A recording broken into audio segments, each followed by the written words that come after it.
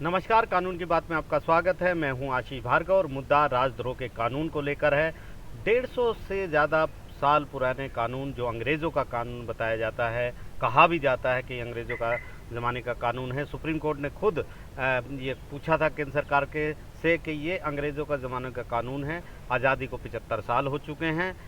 अंग्रेज़ों ने इस कानून का इस्तेमाल जो आज़ादी की जो लड़ाई थी उसको दबाने के लिए किया था और अब सरकार को इस कानून की क्या ज़रूरत है, ये कहते हुए मई 2022 में सुप्रीम कोर्ट ने इस कानून पर अंतरिम रोक लगा दी थी और कहा था इस कानून के तहत देश में कहीं भी कोई कार्रवाई नहीं होगी। एक अंतिम रोक थी। केंद्र सरकार को कहा था कि वो इस पर जवाब दे। केंद्र सरकार ने उस समय कहा था कि वो इस पर विचार कर रहे हैं, क्योंकि सुप्रीम कोर्ट ने कहा था कि अब सरकार इस पर विचार करे, इस कानून की क्या ज़रूरत है।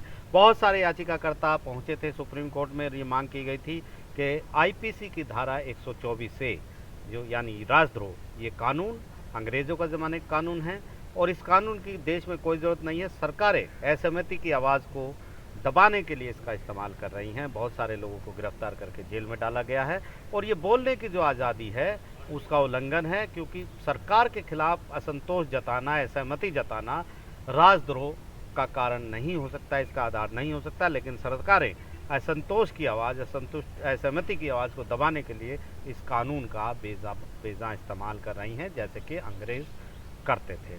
तो इसके बाद अब बड़ी घटना एक हुई है, जब chief justice D.Y.. Chandrachud, justice JB. Pardiwala और जस्टिस मनोज मिश्रा की 3 जजेस की बेंच ने केंद्र सरकार की दलीलों को दरकिनार करते हुए, उसकी गुहार को, उसके अनुरोध को दरकिनार करते हुए इस पूरे मामले को 5 जजों के संविधान पीठ में भेज दिया है। यानी सुप्रीम कोर्ट ने कहा है कि वो अपने 1962 के केदारनाथ फैसले पर, जो 5 जजों का संविधान पीठ का जो फैसला था, उस पर एक बार फिर से विचार करेगा और 3 जजेस की पीठ ने 5 जजेस के संविधान पीठ को इस पूरे मामले को भेज दिया है।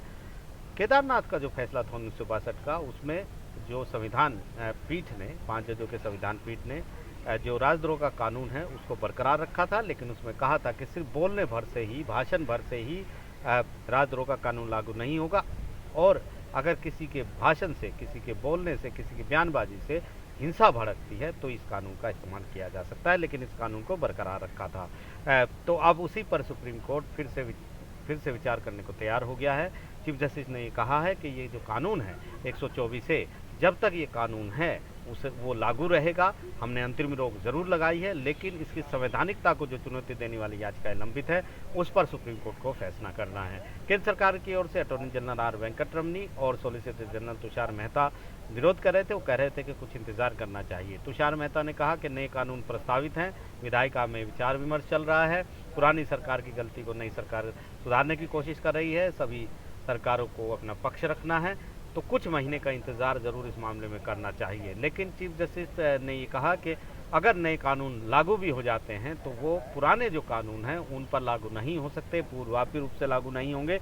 उनका जो पुराने राजद्रोह के केस लंबित हैं उन पर कोई प्रभाव नहीं पड़ेगा। इसलिए सुप्रीम कोर्ट को इन केसों का फैसला करना ज़रूरी है। सुप्रीम कोर्ट को ये भी देखना है कि क्या राज्य का मतलब सरकार होता है, क्या सरकार के प्रति कोई असंतोष जताता है तो क्या राज्य के प्रति असंतोष माना जाएगा, क्योंकि ऐसा बिल्कुल नहीं हो सकता, उन्होंने कहा है। क्योंकि यहाँ पर कपिल सिब्बल कह रहे थे कि सुप्रीम कोर्ट को ये फैसला करना चाहिए, जो केस पेंडिंग है, लोगों पर कार्रवाई हो रही है और यहाँ पर जो केदारनाथ का फैसला वो सही नहीं है, उस पर सुप्रीम कोर्ट को फिर से विचार करना चाहिए। 5 नहीं 7 जजेस की बेंच बनाकर विचार करना चाहिए, क्योंकि यहाँ पर एक तरीके से सरकार को राज्य मान लिया गया है और सरकार के प्रति असंतोष को राज्य के प्रति असंतोष, जबकि ऐसा नहीं है। सरकार के प्रति असंतोष जताना राज्य के प्रति असंतोष जताना नहीं है, उसे राजद्रोह की श्रेणी में नहीं रखा जा सकता है। तो ये बड़ा मसला है, बड़ा ये मुद्दा है और अब ये बड़ा मुद्दा बड़ी बेंच के सामने भी भेज दिया गया है। निश्चित तौर पर बड़े फैसला है और इसका फैसले का असर देश में